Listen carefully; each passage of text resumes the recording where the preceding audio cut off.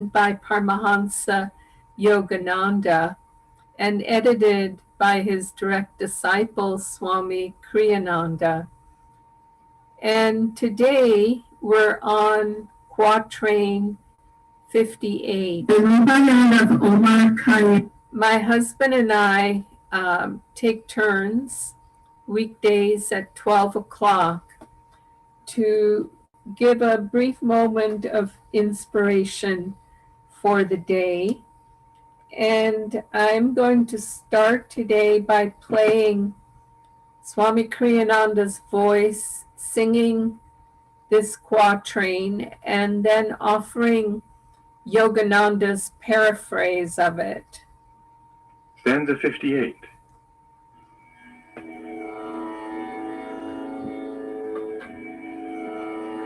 O thou who man of baser earth didst make, and who with Eden didst devise the snake, for all the sin wherewith the face of man is blackened, man's forgiveness give and take. Paraphrase. O Satan of ignorance, by material temptations you have changed man, made in God's image, into an inferior being.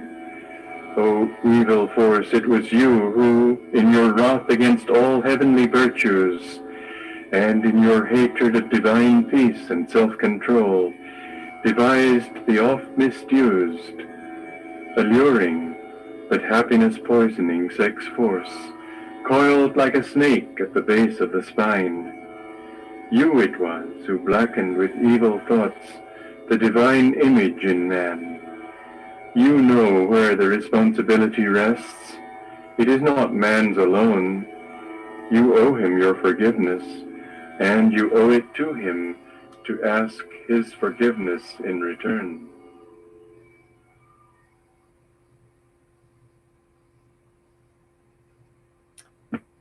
Well, here we are with this controversial topic about the satanic force. And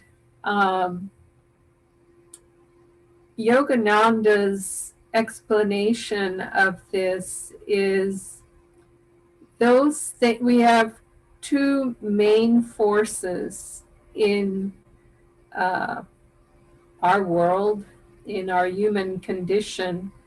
That force which takes us toward our divine inheritance, the divine presence, that spark of the divinity that resides within each and every one of us. And we have a choice to take those thoughts or actions which take us away from our own divinity. And it's interesting because what comes into play is the law of magnetism, which is to say, I remember when I was a little girl, we immigrated to this country when I was 10 years old. And I remember pretty soon after we immigrated, we were watching television. Television actually taught me a lot of English, just to follow it and get into the vibration of English as a young child. And they had a commercial back then for potato chips. I bet you can't eat just one. What a clever thing to say. But they were tuning into that law of magnetism.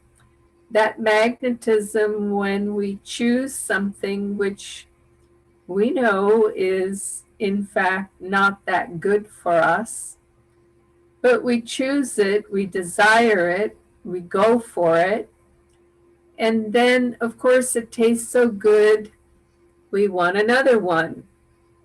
and another and another, and pretty soon we've eaten that entire bag of potato chips.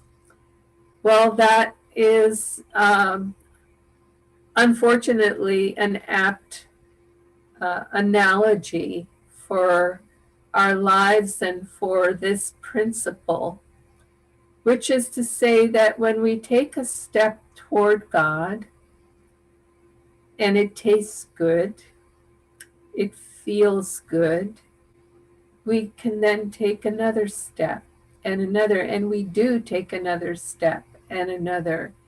And in fact, I remember thinking once after I'd been practicing Yogananda's teachings for just a short time, really, perhaps it was only a few months, I remember thinking to myself, there is no going back.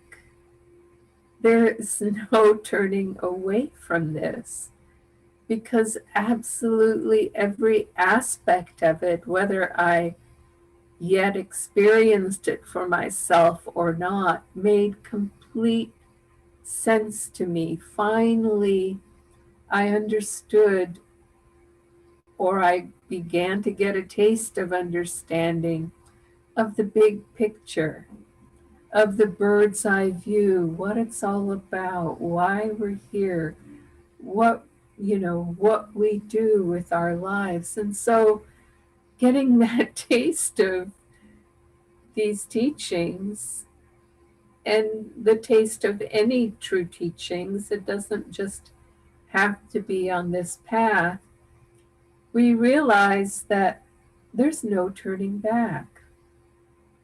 We're going to want to eat that entire bag of spiritual potato chips because it tastes so good. And the same is true in reverse. We start to take a step away, and let's say, for instance, we turn to alcohol, to drinking. And if we've had, some relationship to alcohol in past lives, perhaps we were addicted to it.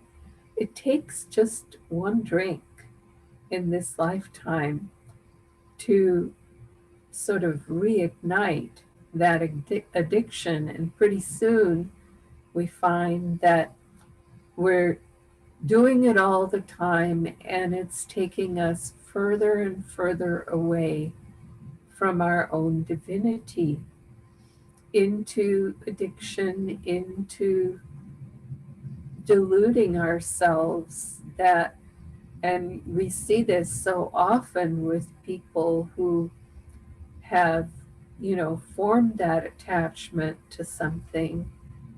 We begin to justify and rationalize that the world as we see it through the eyes of that particular attachment is right for us. And so we magnetically are drawn further and further away from our own divinity. And God gave us free will. God gave us the choice. But as not Gyanamata, as Anandamoy Ma, a great Indian woman saint, said, we're all on the train of life, and the choice we have is whether we walk to the front of the train or the back of the train or whichever car of the train we want to end up in, but we're on the train.